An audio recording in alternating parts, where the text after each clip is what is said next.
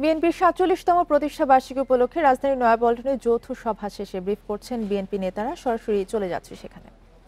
Bundle থাকলে প্রতি সেনমানিতে টাকা বাঁচবে। বিকাশ সেনমানি বান্ডেল কিনে জিতুন প্রতি লেনদেনে। সম্পদহানি থেকে শুরু করে অঙ্গহানি অনেক কিছু শিকার হয়েছেন তারা। এই সব মানুষের ত্যাগ এবং রক্তের বিনিময়ে আজকে প্রায় 4 যুগ ধরে বিএনপি বাংলাদেশের অন্যতম প্রধান রাজনৈতিক শক্তি হিসাবে প্রতিষ্ঠা পেয়েছে। বারবার গণতান্ত্রিক প্রক্রিয়ায় বিএনপি রাষ্ট্র পরিচালনার দায়িত্ব পেয়েছে এবং দায়িত্ব পালনে সচেষ্ট থেকেছে। সেই বিএনপি তার জন্মের প্রায় 4 যুগ অতিক্রমের সময়ে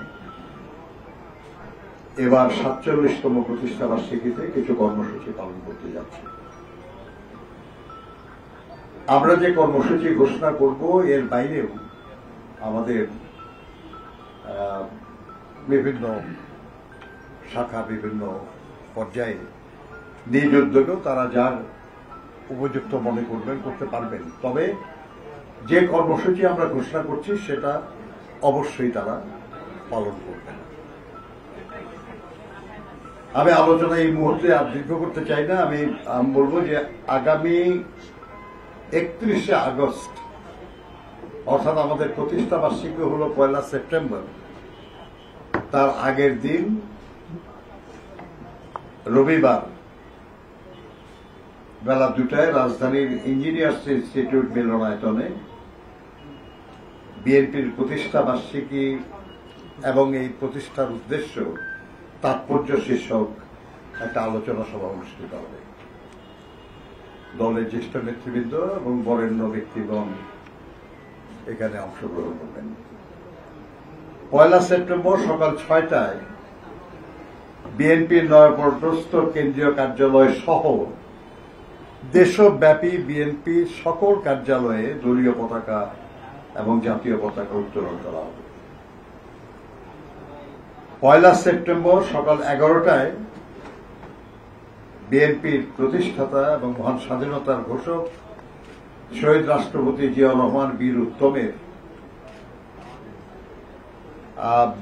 মাজারে বিএনপির মহাসচিব সহ জ্যেষ্ঠ নেতৃবৃন্দ অঙ্গদলের নেতৃবৃন্দ তারা শ্রদ্ধা জানাবেন।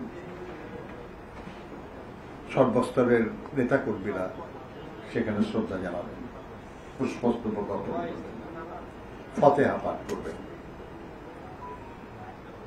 2 সেপ্টেম্বর দলের প্রতিষ্ঠা বার্ষিকী উপলক্ষে আমাদের কেন্দ্রীয় কার্যালয়ের সামনে থেকে একটা বর্ণাঢ্য র্যালি বের করা হবে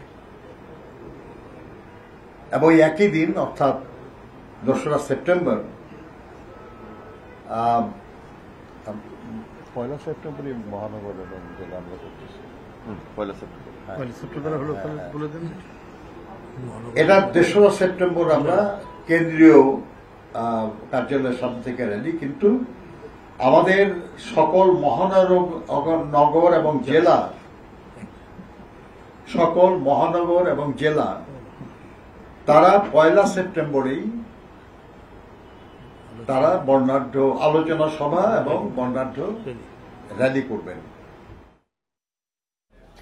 যৌথ সভা শেষে ব্রিফ করছিলেন বিএনপি নেতারা। সরাসরি ছিলাম সেখানে।